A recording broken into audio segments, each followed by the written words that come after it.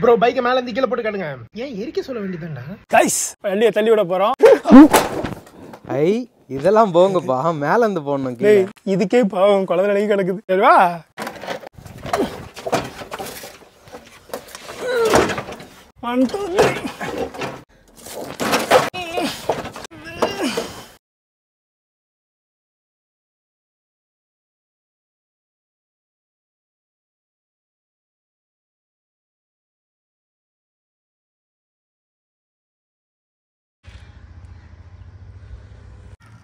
Guys அப்பறா இது யாவுங்களுக்காக தான் பண்றேன். வண்டியில அவசாரம் இருந்தீங்க கோவப்படுறீங்க.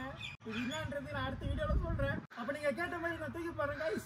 1 2 3